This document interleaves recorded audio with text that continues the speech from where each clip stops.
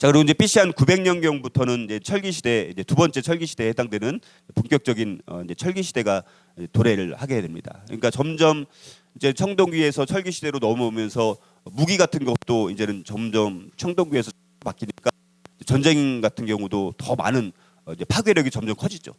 그러다가 나중에는 이제 1914년 1차 세계 대전 때는요, 이제는 그때는 막 화학 무기라든가 뭐 엄청난 뭐 이런 것들이 하면서 더 점점 전쟁이 옛날보다 더 많은 사람들이 그 희생하는 사람들이 훨씬 더 커지는 것을 우리가 볼 수가 있어요. 그래서 철기 시대 두 번째 시대에 해당되는 건데, 이 시대 때 특별히 우리 애굽 같은 경우 이스라엘이랑 굉장히 밀접하게 관련이 많이 있죠. 그래서 애굽 같은 경우는 이스라엘이 초기 이스라엘에게 많은 영향을 끼쳤던 그런 나라가 애굽이라고 볼 수가 있습니다. 솔로몬 같은 경우도 굉장히 애굽이라는 나라와 이제 가깝게 지내게 됩니다. 그리고 자기의 가장 영향력 있었던 왕비 중에 한 사람이 애굽 왕 바로의 딸이었습니다. 그러다 보니까 굉장히 밀접하게 관련이 있고 애굽의 이런 영향을 참 많이 받게 됩니다. 그래서 애굽이랑은 절대로 가까이 하지 말라고 했는데 솔로몬 왕이 애굽이랑 가까이 하게 되어지고, 나중에는 이 애굽 왕을 많이 닮아 있는 모습을 보게 됩니다. 처음에는 정말 엄청나게 이런 충만함과 또 영적으로 굉장히 또 이렇게 좋은 상황에서 한 10년, 20년간은 통치를 하다가 이제 왕궁 성전 건축을 다 끝나고 났을 때는 점점 타락의 길을 걷게 되면서 나중에는 애굽 왕 바로에 닮아 있는 이 솔로몬 모습을 우리가 볼 수 있습니다. 그래서 애굽에 많은 영향을 받은 것을 볼 수가 있고, 또 요때 이제 시리아, 이제 근방에 있는 시리아가 또 있고요. 그리고 이제 모압, 그리고 이제 페니키아. 그래서 이제 솔로몬 왕 때 두로 왕 히람으로부터 많은 영향을 받았던 그 가까운 나라가 페니키아. 그래서 말씀드렸던 것처럼 무역을 통해서 굉장히 번창했던 나라가 페니키아. 그래서 나중에 이제 북아프리카 지역의 이런 지중해 연안에 해당되는 많은 곳을 이제 카르타고라는 그런 이제 대제국이 이제 건설될 만큼 굉장히 페니키아인들이 무역을 통해서 세계 곳곳을 다니면서 많은 영향력을 끼치게 됩니다. 그리고 이제 이 당시에 이제 아수르 왕국이 점점 강성해지기 시작했죠. 그래서 이제 조금 있으면 우리 알다시피 BC 700년 경 전후 가게 되면 이제 북이스라엘이 이 아수르에 의해서 멸망당하게 되어지는. 그러니까 계속해서 이 지역 자체가 메소포타미아 지역 자체가 굉장히 이제 여러 가지 물도 강도 많고 굉장히 이제 농사짓기도 그렇고 문명이 발달하는 곳입니다. 그러니까 어떨 때는 이 아수르의 영향이 제일 클 때도 있고, 어떨 때는 또 바벨론의 영향이 클 때도 있고, 그것이 이제 계속해서 뒤죽박죽 우리가 되어지는 상황인데, 이때는 아수르가 굉장히 강성했던 시기라고 볼 수가 있습니다.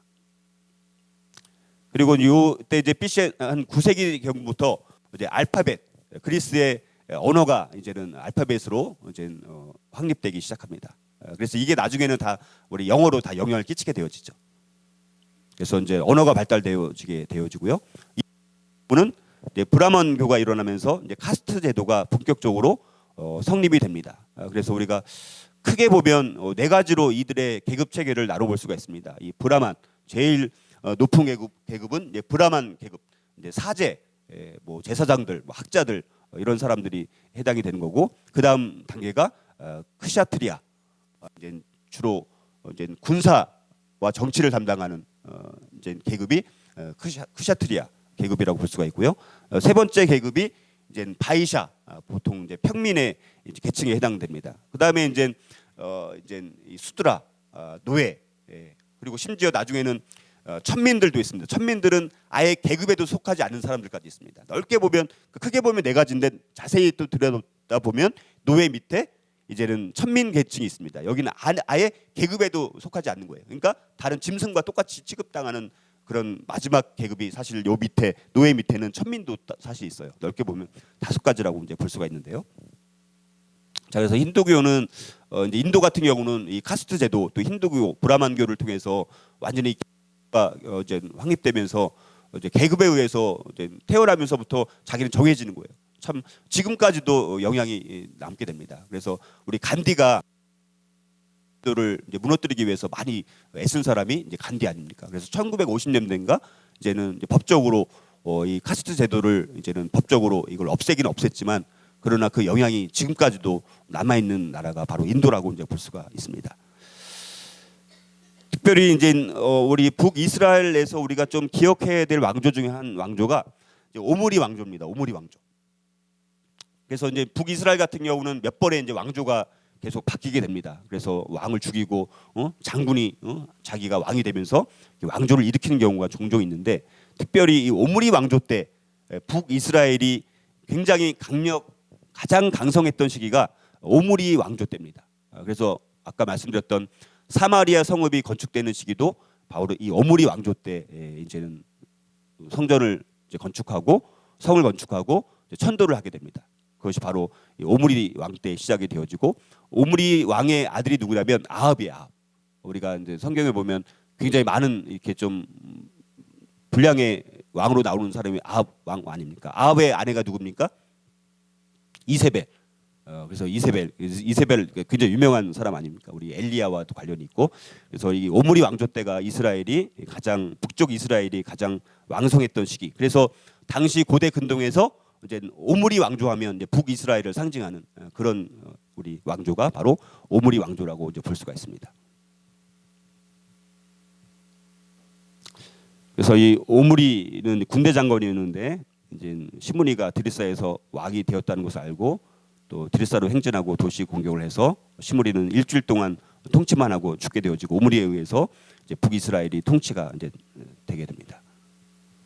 아까 말씀드렸던 것처럼 이제 오므리 왕조 때, 오므리 왕 때 사마리아 성을 건축하면서 남쪽에는 예루살렘 성이 있었다면 북쪽에서는 사마리아 성을 건축해서 이제 북이스라엘의 이제 중심이 되어지고, 여기를 중심으로 이제는 북이스라엘이 이제 통치가 되어지는 곳, 바로 우리가 이제 사마리아, 그것이 바로 오므리 왕조 때, 그러니까 오므리 왕조 때 가장 이스라엘이 강성한 시기였기 때문에 성읍을 건축하고 이제 수도를 이쪽으로 이제 천도할 수 있었던 배경이 바로 오므리 왕조 때 가장 북쪽 이스라엘이 강성했기 때문에 가능했다라고 우리가 볼 수가 있습니다.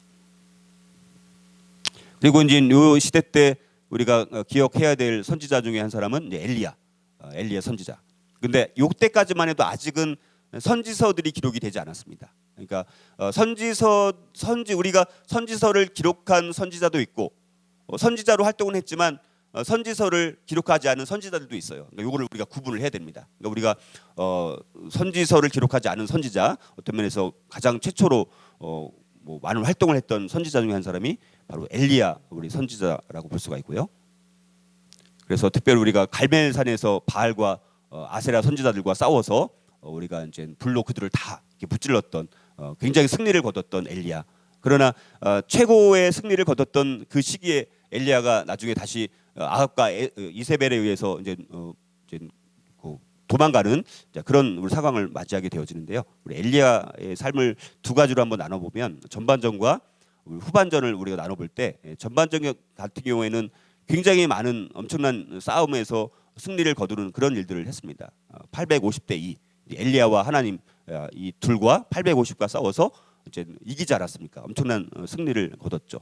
불가능해 보이는 싸움에서 승리를 거뒀던, 그러나 승리를 거두고 나서 굉장히 침체에 빠지고 허탈감과 공허에 빠졌던 우리 엘리야를 볼 수 있지 않습니까? 그래서 정말 도망가서 자기가 죽기를 구했던, 그러나 하프타임 그 동굴에서 우리 엘리야가 하나님을 만지면서 하나님께서 어루만져 주시고 회복시켜 주시는 그 힘을 공급을 받아서 다시 한번 새로운 후반전의 인생을 살았던 인물이 바로 엘리야라고 볼 수가 있습니다. 그래서 후반전의 엘리야의 삶은 사람을 세우는 일들에 몰두했던 그런 우리 사역을 우리가 볼 수가 있습니다. 그래서 우리 항상 우리의 삶 가운데는 성경의 인물도 보게 되면 항상 이런 하프타임이라는 어떤 광야의 시간, 그런 시간을 거치고 났을 때 그들의 후반전의 삶이 하나님 앞에 더 의미 있게 쓰임을 받았던 것을 우리가 볼 수가 있어요.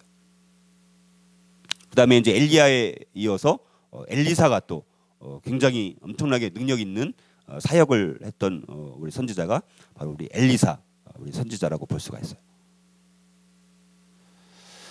자, 그래서 이제 이때부터 이제 선지자들이 이제 그리스도께서 통치하실 하나님의 나라를 예언하는 일들이 이때부터 본격적으로 이제 진행이 되어지죠.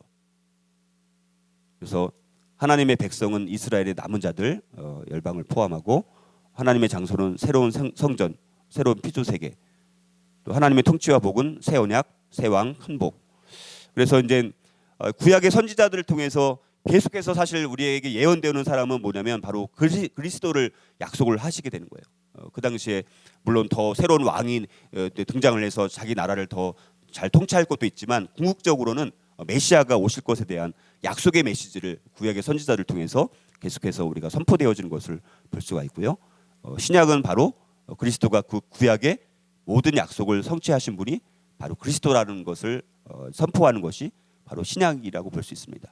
그러니까 우리가 구약과 신약을 볼 때 항상 우리가 초점을 맞춰야 되는 게 뭐냐면 그리스도. 그러니까 구약의 많은 메시지는 그리스도를 향해 있고 또 신약은 그 구약에 예언되었던 그 그리스도가 바로 예수님이다라고 선포하는 것이 바로 신약의 메시지라고 볼 수가 있어요.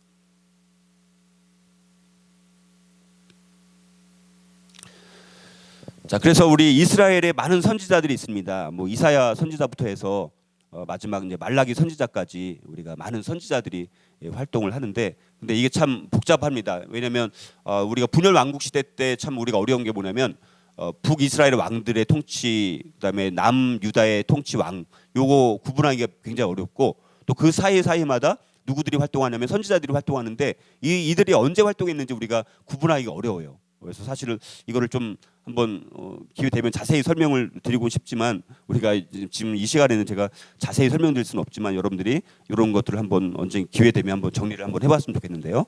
자, 우리 한번 보게 되면 특별히 우리 예언서 선지서가 이제 이때부터 많이 나오게 되어지는데 두 가지가 있습니다. 하나님께서는 선지자들을 통해서 이제 이스라엘 백성들에게 메시지를 이제 선포를 하는데 기대는 뭐냐면 하나님의 기대는 뭐냐면 두 가지. 하나님이 이스라엘 백성들에게 기대하는 것이 있고 이스라엘 백성들이 하나님께 기대하는 것이 있습니다. 하나님께서 이스라엘에게 기대하는 게 뭐냐? 바로 의로움을 기대한다는 것이죠. 그래서 계속해서 그 의를 향해서 우리 선지자들 통해서 선포를 하게 되어지고 그다음에 이스라엘 백성들은 하나님을 향해서 구세주에 대한 하나님 나라에 대한 그런 기대감이 우리가 계속 있게 되어지는데 선지자들의 메시지는 바로 하나님께서 이스라엘 백성들을 향한 기대, 의를 기대하는 것에 대한 메시지와 또 이스라엘 백성들이 그들을 구원할 그 구원자, 구세주에 대한 그런 기대감에 대한 메시지를 선지자들이 주로 우리 하는 것을 우리가 볼 수가 있습니다. 자, 그래서 우리가 아무나 선지자가 되는 것은 아닙니다. 선지자가 되기 위한 선지자의 요건, 우리가 선지자로 인정할 수 있을 요건이 몇 가지가 있는데 첫 번째는 뭐냐면 선지자는 이스라엘 백성들이어야 돼. 사람들이어야 돼. 다른 사람이 경우에는 선지자에 해당이 되지 않습니다. 그러니까 선지자의 요건 몇 가지면 첫 번째는 선지자 동족이어야 한다는 것이고 두 번째는 하나님의 말씀을 전해야 한다는 것이죠. 그러니까 자기 생각을 전하는 사람은 선지자가 아니죠. 근데 당시에 자기 생각을 전하는 사람들이 많이 있었습니다. 그들을 뭐라고 말합니까? 거짓 선지자들. 그러니까 자기 왕에게 잘 보이기 위해서 심지어 예언을 하기도 하고 그런 사람들이 굉장히 많이 있었습니다. 그러나 선지자의 기준은 하나님의 말씀을 전해야지만 우리가 선지자에 해당이 될 수가 있고요. 세 번째는 선지자의 그 계시의 내용은 모세의 계시, 그러니까 모세 율법, 그러니까 모세 율법과 일맥상통을 해야 합니다. 모세 율법에 어긋나는 어떤 예언의 말씀을 한다라는 것은 그것은 우리가 선지자의 요건에 해당되지 않는다라고 볼 수가 있고 네 번째 선지자가 되기 위한 요건은 뭐냐면 반드시 그 예언한 것은 어떻게 돼야 돼요? 성취되어야 되죠. 예언을 했는데 나중에 돌아보니까 아무것도 성취된 것이 없어요. 그런 거는 우리가 이스라엘의 선지자라고 인정을 할 수가 없는 것이죠. 그 예언한 그 예언의 말씀이 나중에 성취되었느냐 안 되었느냐에 따라서 진짜 선지자로 우리가 구분하느냐 안 구분하느냐 그런 우리가 기본 기준이 될 수가 있다라고 볼 수 있습니다. 그래서 네 가지의 이런 요건을 갖춘 사람들이 선지자. 그래서 우리가 성경에 나와 있는 수많은 선지자들 우리가 아무나 선지자로 인정하는 것은 아니죠. 자, 그래서 우리가 선지자들은 또 각자 이 그 예언한 나라들이 굉장히 달라요. 그래서 예를 들어서 이스라엘을 향해서 예언한 선지자들 같은 경우는 아모스라든가 호세아. 그다음에 유다를 향해서 대부분의 선지자들은 유다를 향해서 이제 예언의 말씀을 했습니다. 그리고 이제 이방 나라를 향해서도 예언을 한 사람들 요나 같은 경우는 아수르. 그래서 요나의 그 예언을 듣고 회개하라는 것을 통해서 아수르 사람들이 니느웨 사람들이 회개하고 나서 이제 멸망당하지 않았죠.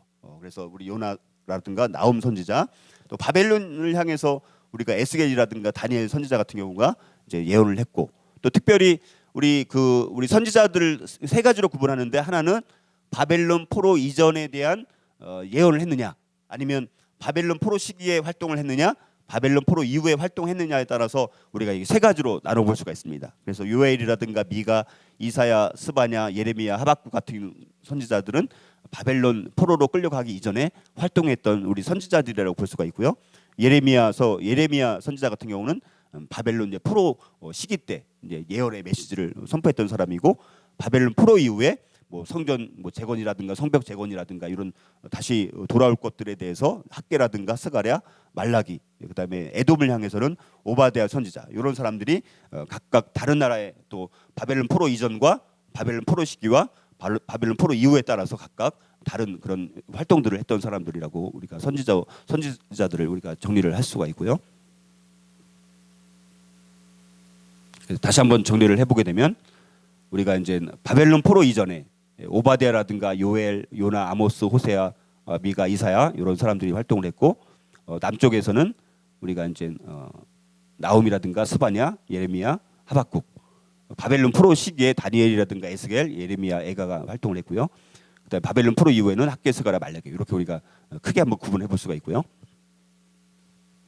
자, 아까 말씀드렸던 것처럼 이제는 BC 한 814년경이 되니까 이제 페니키아 사람들이 아프리카 북쪽 해안 지역을 중심으로 이제 카르타고라는 이제 고대 도시를 이제 세우게 됩니다. 그러면서 이 카르타고가 이제 나중에 이제 로마 제국 시대까지 상당히 많이 번영을 하게 되어지고, 당시 지중해를 중심으로 이제 로마 제국과 이제 카르타고와 거의 대치를 이룰 만큼의 강력한 제국으로 이제 성장을 하게 되어집니다. 이 사람들이 다 누가 세운 사람들이냐면 우리 페니키아 사람들이, 두로와 시돈에 있는 사람들이 이제는 해상 무역을 중심으로 북아프리카 지역에 카르타고라는 도시 국가를 이제 만들게 되어집니다.